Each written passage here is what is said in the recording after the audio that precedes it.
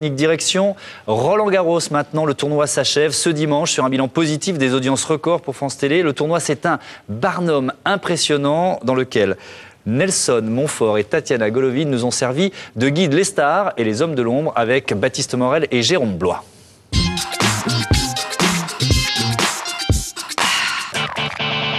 « 20 cours extérieurs, 250 joueurs, plus de 30 000 spectateurs chaque jour la première semaine, 1500 journalistes accrédités. Cette année encore, Roland-Garros a été un énorme succès. Plus de 2 millions de téléspectateurs ont suivi chaque jour les matchs sur les chaînes de France Télévisions. Mais comment se prépare un tel rendez-vous? Quels sont les moyens techniques mis en œuvre? Quelles ont été les nouveautés? Roland-Garros peut-il encore évoluer l'année prochaine? Retour et bilan sur une quinzaine de plus en plus populaire. Pour bien comprendre le fonctionnement de Roland-Garros côté coulisses, suivez les guides. À ma gauche, la star Nelson Montfort. Au centre, le maître de cérémonie Laurent Luyat. Et à ma droite, la touche-charme, la joueuse française Tatiana Golovin. Super, voilà. Bonne journée, bonne journée. Bonne journée, merci. La star reste Nelson Montfort. Pas facile de traverser Roland-Garros, n'est-ce pas Nelson? Oui, enfin, je crois qu'on peut dire ça. Ma modestie du-t-elle en souffrir. Je suis proche des gens, voilà, je suis proche des gens. Ce qui fait partie des meubles, hein. C'est comme la machine à laver dans la cuisine, quoi. Si vous ne l'avez pas, il vous manque quelque chose, hein. Voilà. Pendant 2 semaines, Nelson Montfort est au régime sport, marathon quotidien. Chaque jour, il vient faire le point dans le car régie de France Télévisions. Bienvenue en plein cœur du centre technique de Roland-Garros. Parce que là, j'imagine qu'on va être sur le match de Gaël. Oui, on va retourner sur Gaël. Mais un peu en continuité. C'est le cœur de notre dispositif à Roland-Garros. Oui, vraiment. Moi, j'essaie toujours de passer ici au moins une fois par jour pour dire un petit bonjour et prendre un peu la température de l'air. Ce sont surtout les interviews à chaud qui ont fait la popularité de Nelson Montfort, mais ce dont il est le plus fier, c'est qu'il est le seul à pouvoir accéder aux joueurs juste avant les matchs, là où la pression est la plus intense. Ça se passe juste ici, à quelques mètres du court. Ça va être un superbe match. Et voilà. C'est une séquence que nous sommes, à ma connaissance, sur les 4 tournois du Grand Chelem, les seuls à offrir.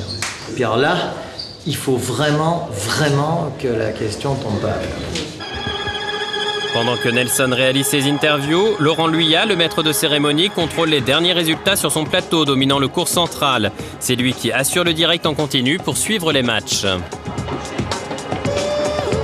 Ici, c'est un peu la tour de contrôle, un petit peu, qui est très utilisée la première semaine, parce qu'on va sur tous les cours. On essaye de montrer un maximum de choses aux téléspectateurs. Après, ça se calme un petit peu à partir des quarts finales.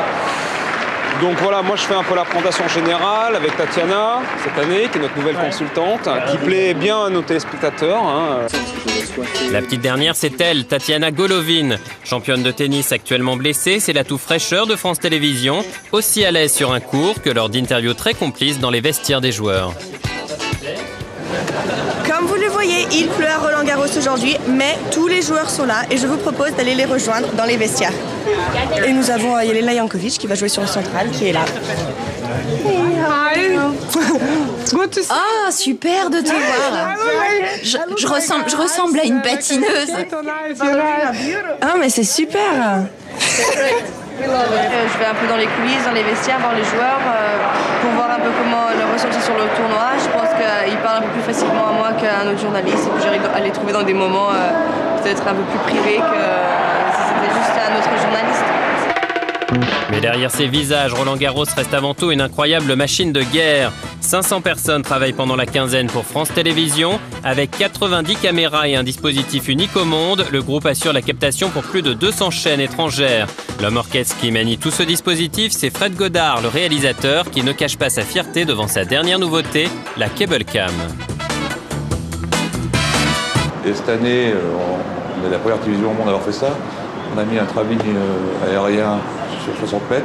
Il faut savoir que France Télévisions, et donc le tournoi de Roland-Garros, c'est des références mondiales. C'est pas nous qui le disons, ce sont les pays étrangers. Si les moyens techniques sont de plus en plus importants, c'est que la demande du public évolue. Les téléspectateurs en veulent chaque année de plus en plus. Il faut toujours prendre l'exemple du cinéma, justement. Il y a quelques années, vous achetiez une cassette d'un film, vous passiez le film chez vous. Aujourd'hui, vous achetez un DVD. Dans ce DVD, il y a Le Bêtisier, le making-of, les interviews, ce qui s'est tourné, qui n'a pas été retenu dans le film, plus le film. Donc il faut toujours du bonus tout au long de la journée. Et c'est ce qu'on s'applique à faire. En tout cas, le résultat est là. La quinzaine a été très suivie et certains matchs des Français ont atteint près de 6 millions de téléspectateurs. Des scores proches de ceux du foot en prime time. Devant ces résultats, France Télévisions aiguise les appétits. Les droits de Roland-Garros seront rediscutés en septembre prochain et certaines chaînes ne cachent pas leur ambition de vouloir récupérer ce rendez-vous de plus en plus incontournable. Roland-Garros n'a pas fini de faire parler de lui.